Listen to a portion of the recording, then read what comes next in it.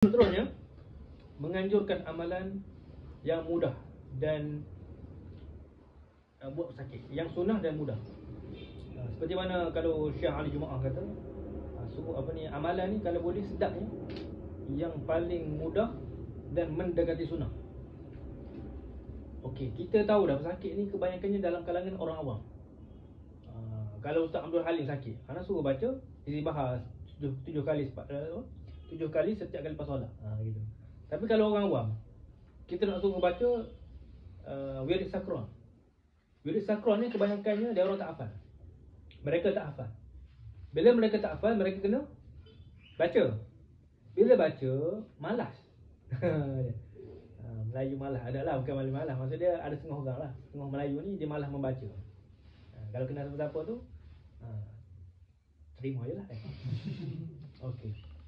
Jadi kalau boleh kita suruh amalkan, anjurkan amalan yang paling mudah dan paling mendekati sunnah. Misalnya apa? 3 kul. Ni paling mudah. Ni anak kepada sini pun anak buat amal, bagi amalan itu je. 3 kul. Ayat kursi. Bismillahirrahmanirrahim ma'asmi. Ayat penggerak. Bismillahirrahmanirrahim syai'un fil ardi wala fis sama'i wa sama. Bismillahirrahmanirrahim ni kalau boleh baca 7 kali. Nabi ajar 3 kali pagi dan 3 kali petang. Cuma berdasarkan tajribah, baca benda ni, baca Bismillahirrahmanirrahim ni kebanyakannya ada dapat komplain muntah-muntah dan sebagainya. Alhamdulillah. Kenapa ustaz saya ni muntah tak? Tak apa, teruskan. Gitu. Jangan suruh amalkan benda-benda. Dulu anak suruh amal setiap kali lepas solat ataupun pagi dan petang baca ayat Alif Lam Mim 1 hingga 5. Ayat ni lah ayat surah Al-Baqarah.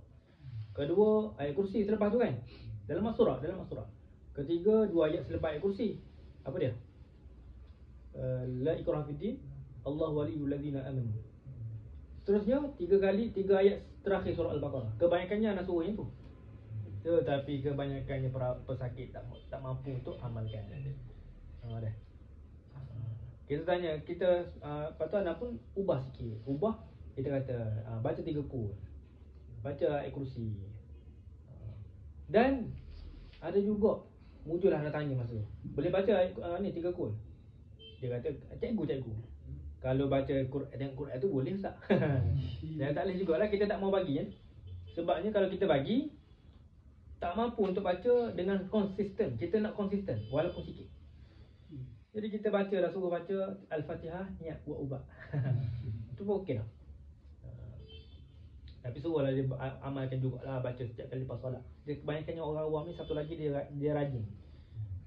Rajin ni maksudnya kita suruh baca ni insya-Allah lah dia akan baca. Tapi adalah waktu-waktu dia malas kan.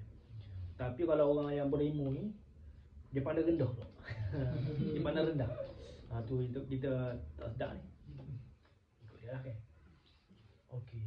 Sebab apa? Pertama Al-Fatihah ni, Al-Fatihah okey baca. Al-Fatihah ni Al-Shifa. Wa ma adraka anha ruqyah. Ayat ruqyah. Kedua 3 kul. 3 kul ni kalau ikutkan berdasarkan hadis ni, anda boleh katakan ayat ranking pertama dalam amalan perlindungan. Sebab tu dipanggil Al-Mu'awwizat. Al-Mu'awwizat ni apa dia? Perlindungan. Seperti mana dalam hadis, tengoklah, ta'awwazu bihinna unzilat alaihi suratan. Diturunkan ke atas aku ni 2 surah. Fata'awwazu bihinna fa innahu lam yuta'awwaz bimislihin. Fata'awwazu bihinna. Maka kita mintalah perlindungan dengan beramal dengan ayat 2 surah. Fa innahu lam yuta'awwaz bimislihin. Kerana tidak ada amalan yang setara dalam meminta perlindungan. Maksudnya iaitu al-mu'awwidzatain, maksudnya qul a'udzu birabbil falaq, qul a'udzu birabbin nas. Cuma adalah ulama memasukkan sekali qul huwallahu ahad, jadilah al-mu'awwidzat. Kedua pula ayat kursi. Kita kena terangkan dia, bagi dia tahu fadilat. Kalau ayat kursi ni nak kata dalam hadis, iza awaita ila firashika faqra ayatul kursi. Lan yazala ma'aka minallahi hafizun wa la yaqrabuka syaitan hatta tusbih. Kalau kamu nak tidur, kamu bacalah ayat kursi. Ni jin ajar, cuma Nabi mengiyakan.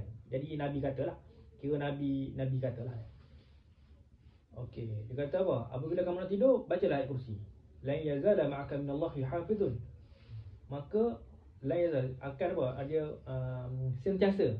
La yazala maksudnya sentiasa mendapat perlindungan daripada Allah. Wala yaqrabuka syaitan hatta tusbih. Dan Allah dan syaitan tidak akan mendekati kamu sehingga pagi. Banyak lagi lah dia punya ni. Semua ini yang sedap. Tak semestinya kalau kita baca malam saja, kena baca kalau boleh baca setiap kali lepas solat, setiap kali pagi dan petang. Yang ketiga pula, bismillahirrahmanirrahim la yadur ma'asmi. Bismillahirrahmanirrahim la yadur ma'asmi syai'un fil ardi wala fis sama' wa huwa sami'un alim. Kalau tok guru kami mengajar setiap kali lepas solat baca 7 kali. Kalau dalam hadis Nabi mengajar 3 kali pagi dan 3 kali petang. Siapa yang baca yang tu tidak akan terkena mudarat secara mengejut.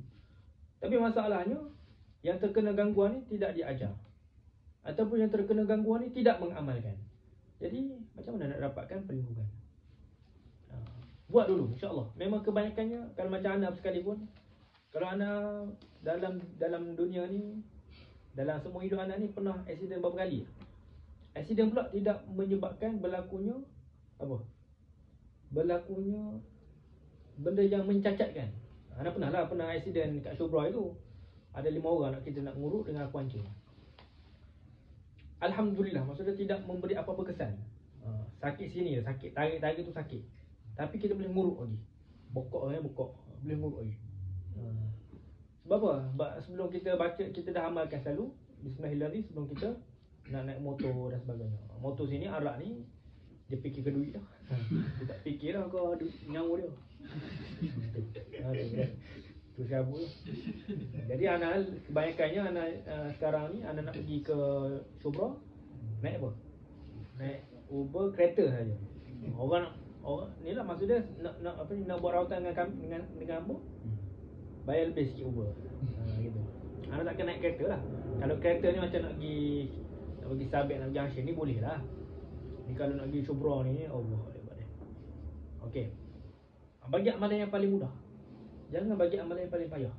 Kalau tidak, pesakit akan mengamalkan. Dah.